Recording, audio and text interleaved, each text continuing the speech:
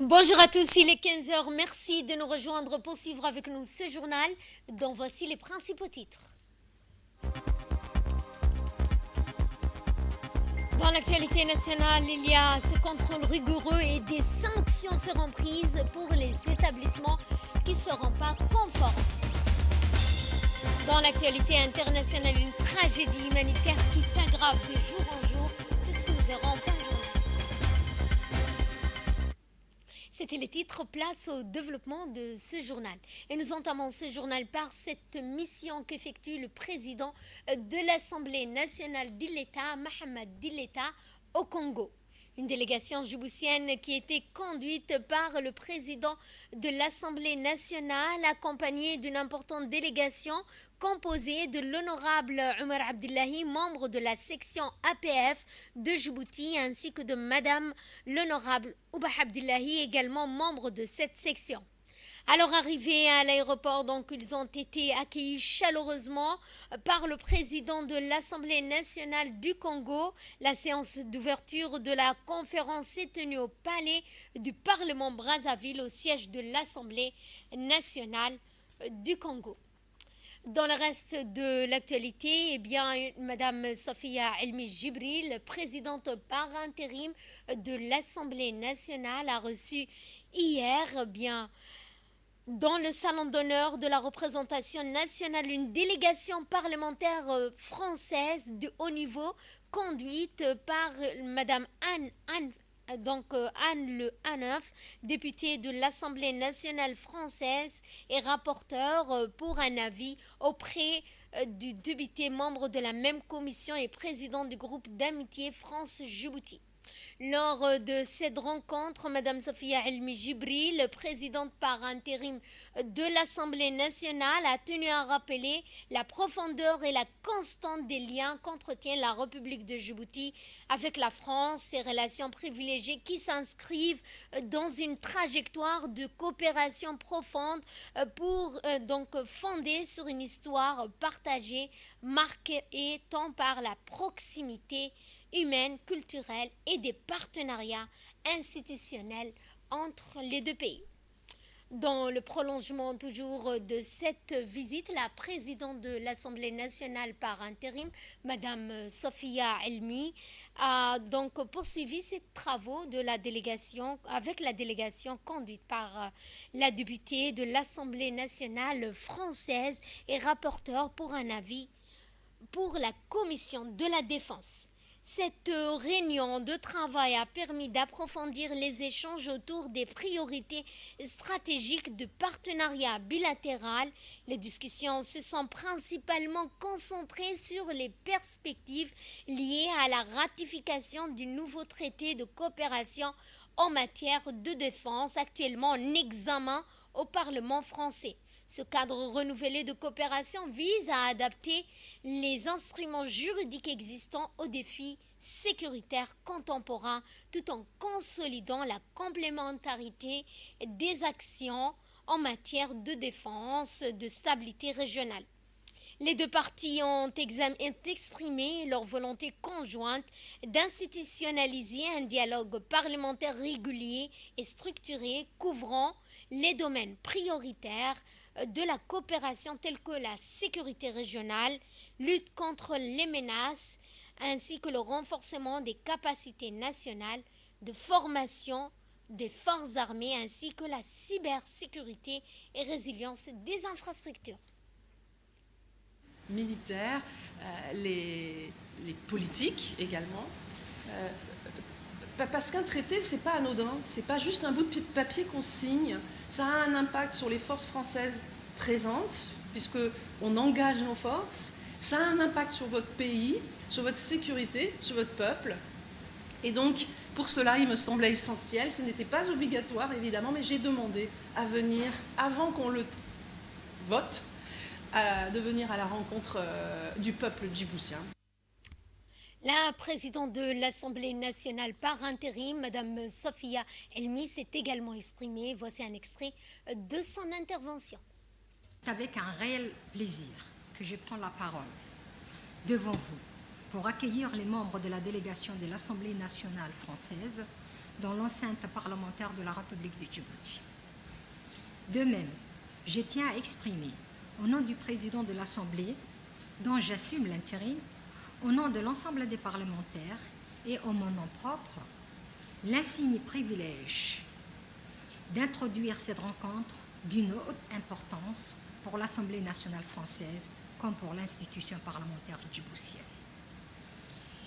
Il me faut souligner des primes abord que la présence parmi nous de la délégation parlementaire française est le reflet des liens solides et privilégiés qui unissent nos deux nations, et nous en sommes particulièrement fiers. Au fil des décennies, la République de Djibouti et la République française ont tissé un partenariat fort, fondé sur une histoire commune, sur des valeurs partagées de paix, de respect, des intérêts mutuels et de solidarité. Se basant sur un engagement sans cesse renouvelé de solidarité et de consolider nos liens, l'amitié historique entre nos deux pays respectifs, aiguillonner la constance de nos échanges et imprégner la confiance mutuelle qui anime nos relations. Honorables collègues, mesdames et messieurs, aujourd'hui, dans l'absolu, cette rencontre parlementaire nous donne l'opportunité d'échanger nos expériences, de partager nos bonnes pratiques et d'enrichir mutuellement nos visions de développement et de la gouvernance. Plus particulièrement, il s'agit surtout de discuter d'enjeux prépondérants comme la stabilité, la paix, la diplomatie bilatérale qui unit Djibouti à Paris. Dans cette optique, nous avons de deux parts de la table des parlementaires membres des commissions similaires au sein de nos assemblées respectives. Honorables, chers collègues, mesdames et messieurs, à l'aune des expériences regroupées autour de notre assise, il me semble évident que la teneur des discussions et la richesse des échanges en seront positifs. Par ailleurs, nous nous félicitons des liens qui existent entre les deux parlementaires dans le cadre du groupe d'amitié franco-djiboutien. Les traités de coopération en matière de défense entre la République de Djibouti et la République française, signé le 24 juillet 2024 par le président de la République, son Excellence M. Ismaël Omar Guelleh, et son homologue français, son Excellence M. Emmanuel Macron, remplacera le traité signé le 21 décembre 2011 et entrera en vigueur en mai 2014. Je vous l'ai annoncé dans les titres, le ministère de la Santé a donc lancé le coup d'envoi d'une vaste opération de contrôle des établissements sanitaires sur l'ensemble du territoire national. Cette initiative pilotée par l'Inspection générale des services de santé marque une étape dans la quête inlassable de transparence, de qualité dans le secteur de la santé. Pharmacies, cabinets médicaux, cliniques, privés, laboratoires d'analyse sont au cœur de cette inspection rigoureuse qui entend garantir la sécurité et la fiabilité des soins dispensés par la population. Objectif principal de cette campagne est clair, s'assurer que chaque établissement respecte scrupuleusement les normes d'hygiène ainsi que les conditions optimales de conservation, de distribution de médicaments. Ces exigences, inscrites dans la loi pharmaceutique en vigueur, ne sont pas de simples formalités administratives, mais bien des garde-fous indispensables pour préserver la santé des citoyens. Les pharmacies en particulier font l'objet d'une attention soutenue. En effet, une mauvaise conservation, une manipulation non conforme des produits pharmaceutiques peuvent avoir des conséquences graves sur la santé des patients. Les inspecteurs vérifient donc avec minutie chaque chaîne de stockage, les températures de conservation des médicaments sensibles ainsi que les procédures de délivrance aux usagers. Pour les cabinets médicaux, cliniques, laboratoires, l'accent est mis sur les autorisations d'exercice, les équipements techniques, les conditions sanitaires générales. Chaque détail compte, du nettoyage aux locaux à la qualification des professionnels en poste. Rien n'est laissé au hasard. Et automatiquement, ces pharmacies se ferment sans regarder les autres éléments de la législation pharmaceutique. Et aujourd'hui, nous avons fermé plusieurs pharmacies. On a rencontré la pharmacie principale, qui est la pharmacienne titulaire. Elle est présente, c'est une bonne chose. Et nous allons continuer à fermer les pharmacies qui n'appliquent pas la législation pharmaceutique en vigueur pour servir la population. Et le pharmacien titulaire doit être présent. C'est une obligation conformément à la législation en vigueur dans notre système de santé. Il est l'heure à présent de retrouver l'appel de la prière d'Al-Asr. On se retrouve juste après ça pour la suite du journal. De la prière d'Al-Asr, merci si vous nous rejoignez. Le ministère des Affaires musulmanes et de Bienwarf a organisé une rencontre de sensibilisation sur le Hajj pour les futurs pèlerins. Dans le cadre de ces préparatifs au cours de la saison du Hajj de l'année 1446 correspondant à cette année 2025, le ministère des Affaires musulmanes et des Bienwarf a organisé ce matin une rencontre de sensibilisation au Palais du Peuple en présence d'un grand nombre de futurs pèlerins qui accompliront cette année le 5e pilier de l'islam. Le programme auquel ont participé aujourd'hui les 2 groupes de pèlerins a également comporté une session d'orientation sanitaire animée par l'équipe médicale accompagnant les pèlerins. Le nombre de pèlerins djiboutiens cette année s'élève à 1400. Ils seront transportés vers le lieu saint à bord de 4 vols organisés par la compagnie aérienne Flynas à raison de 350 vols par pèlerin. Le premier vol est prévu pour le 8 mai prochain. Il convient de rappeler que le ministère des Affaires musulmanes et de Bienwarf organise chaque année ce type d'exercice pour les futurs pèlerins. Et à cet effet, le directeur des Affaires musulmanes, Cheikh Ismail Hassan Roblé, a insisté sur l'importance de cette initiative qui, a-t-il rappelé, consiste à renforcer la conscience religieuse des pèlerins, soulignant leur engagement et l'engagement du ministère des Affaires musulmanes et des Bienwarf à préparer les pèlerins sur le plan spirituel, physique et logistique. Dans son intervention, il a indiqué qu'il est important de noter que la coopération entre les pèlerins renforce l'esprit d'unité islamique qui incarne une véritable fraternité prônée par notre religion qu'est l'islam. L'hôpital des armées marque une avancée significative avec la tenue d'une conférence sur l'implant cochléaire. Un événement essentiel dédié à l'amélioration de l'accessibilité aux soins auditifs et à l'accompagnement des patients dans leur parcours vers une meilleure qualité de vie. Au cours de cette conférence, l'accent a été mis sur le cheminement des patients depuis le diagnostic jusqu'à l'intervention chirurgicale suivie d'une réduction auditive complète. Cet événement a rassemblé des experts médicaux, des spécialistes de l'audition, des familles pour échanger sur les avancées technologiques, les défis rencontrés, les solutions apportées pour une prise en charge optimale.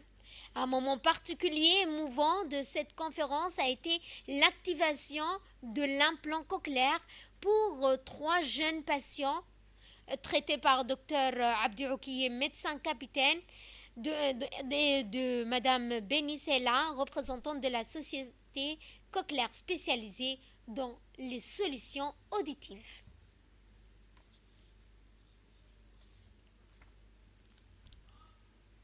Et à cet effet, je vous propose de suivre le mot de Dr Abdi Oukiye, médecin capitaine. À l'occasion de la journée d'activation et la conférence sur l'implant cochléaire à Djibouti. Aujourd'hui, personne ne doute que la surdité représente un fléau mondial. Par contre, elle constitue un problème de santé publique majeur dans le monde, y compris à Djibouti, ici. C'est pourquoi cette journée revêt une importance particulière, car elle marque un pas vers un avenir et un accès de la santé auditive à Djibouti pour tout le monde. Je suis particulièrement fier de vous rappeler que dans le cadre de la 3e édition des programmes de la Fondation Lalla Asma du Maroc, qu'elle a été programmée presque sans enfants tous les pays africains. 3 enfants djiboutiens issus de la famille défavorisée djiboutienne ont bénéficié de cette intervention chirurgicale. En tant qu'oral djiboutien, c'est fait un immense honneur et un véritable privilège de participer à cette formation sur la greffe de l'implant cochléaire. Au Maroc, des pays, en l'occurrence la ville de Rabat et à Fès, en collaboration avec des experts marocains qui contribuent avec un accès à cette implantation cochléaire. Mon expérience qui m'a renforcé, ma conviction que la collaboration entre Sud-Sud est essentielle pour surmonter les défis de la santé djiboutienne. Quant au président de l'université, il a rappelé l'importance de l'implant cochléaire et son rôle fondamental dans la réhabilitation auditive. Les 2 personnes qui m'ont précédé, c'est une grande journée pour la communauté scientifique djiboutienne parce qu'aujourd'hui, et je m'adresse aux jeunes étudiants, c'est vraiment un exploit qui nous rend tous fiers. Fiers d'abord parce que le docteur Abdeloki est la première promotion de la faculté de médecine. Et aujourd'hui, quand on voit des jeunes médecins formés à Djibouti réaliser de tels exploits, ça nous rend vraiment très fiers. Féliciter son directeur général qui l'a toujours soutenu et qui a fait en sorte qu'il y ait une collaboration scientifique forte entre l'hôpital militaire et l'université de Djibouti. Et aujourd'hui, nous voyons les premiers fruits de cette alliance entre les sciences médicales et l'université de Djibouti. Et encore une fois, merci mon colonel.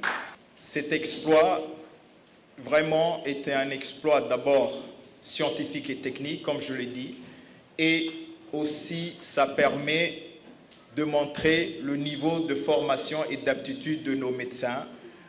Ce type de formation, on vient de me le dire, ces jeunes patients a été, il y a quelques années, opéré à Istanbul.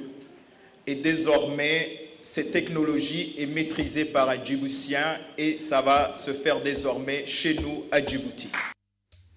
Nous allons à Tadjoura cette fois pour parler du lancement officiel de la campagne de lutte contre la poliomyélite.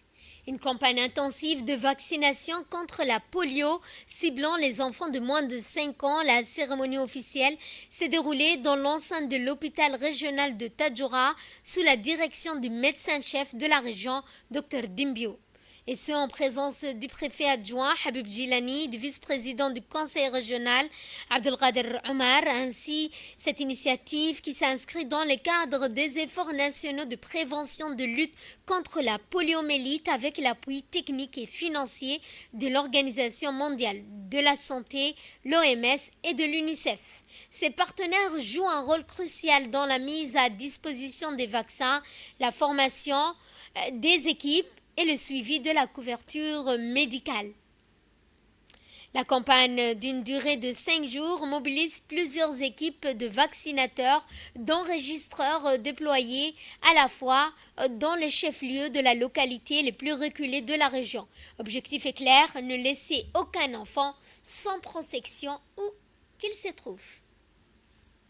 L'ensemble de la région, juste un message à l'endroit de la population pour dire que ne pas prendre à la légère la campagne contre la poliomyélite. La poliomyélite, certes, n'est pas encore détectée à Djibouti, mais il y a beaucoup de cas dans les pays voisins comme l'Éthiopie, la Somalie, et Djibouti n'est pas à l'abri des nouveaux cas. Donc j'encourage la population à accepter la vaccination et à faire tout pour que cette campagne puisse se dérouler dans les meilleures conditions. Et sans oublier que toutes ces campagnes se font avec la collaboration, surtout les partenariats de l'UNICEF et de l'OMS, et Gavi qui nous aide beaucoup et nous leur demandons de toujours nous soutenir. Merci beaucoup. Et dans une autre intervention, bien, ils ont salué l'engagement de la communauté et des partenaires tels que l'UNICEF, sans oublier l'OMS. Fier d'avoir participé à ce lancement aux côtés de monsieur le préfet, le président du conseil régional, et Dr Dimbio, responsable régional de la santé. Et l'école, nous avons les enfants de 5 ans qui sont en entité préscolaire en font partie. Et bon lancement à ce projet de vaccination. Pour le premier lancement de la première phase de la poliomyélite, qui va couvrir toute la région de Tadjoura, en amont déjà, les vaccinateurs ont été préparés, d'abord pour recenser et ensuite pour vacciner. Cette région, comme on le sait, est une très grande région.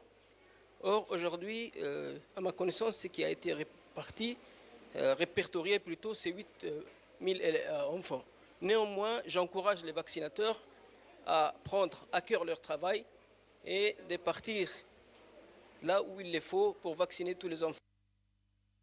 Dans le cadre de la lutte contre la contrebande, la brigade de la douane d'Ali Sabié, sous la direction du chef de brigade Mohamed Moumin Hassan, a réalisé une opération fructueuse en collaboration avec le détachement de la police d'Ali Sabié. L'intervention conjointe a permis la saisie dans la zone de Soufi d'une importante quantité de cigarettes introduites illégalement sur le territoire national. La cargaison interceptée était composée de 6 cartons de cigarettes de marque Royal et de 2 cartons de Benson, totalisant 400 sticks repartis en 326 sticks de Royal et de 74 sticks de Benson. La valeur marchande étant estimée à 2 millions de nos francs, les douanes et la police réaffirment leur engagement à protéger les frontières du pays contre tout trafic de commerce illicite de cigarettes. Dans l'actualité internationale, je vous le disais dans les titres, à Gaza, la peur, la faim s'installe dans le quotidien ravagé par la guerre. Dans un communiqué publié, l'Organisation mondiale de la santé s'est alarmée des conditions dans lesquelles se déroulent les accouchements dans l'enclave palestinienne. Les mères accouchent dans des conditions désastreuses, mettant en danger la santé de leur vie et celle de leur bébé. Depuis le 2 mars, plus aucune aide commerciale ni humanitaire n'a pu entrer dans Gaza. Les stocks de médicaments, de sang, de fournitures essentielles pour la santé maternelle et infantile s'amenuisent rapidement selon les agents humanitaires. Sur ce, notre journal touche à sa fin. Merci à vous de nous avoir suivis.